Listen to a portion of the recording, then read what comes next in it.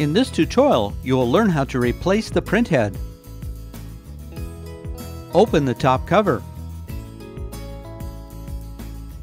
Push the printhead assembly upward until it becomes free from its locking hooks. Disconnect the printhead cable. Connect the printhead cable to the new printhead.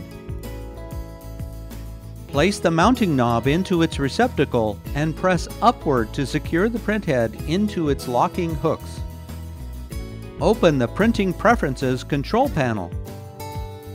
Open the Advanced utility and select Calibration from the Sensors and Calibration tab. In the printhead section, enter the serial number and resistance value of the new printhead, then click Apply. The serial number and resistance value can be found on the printhead label.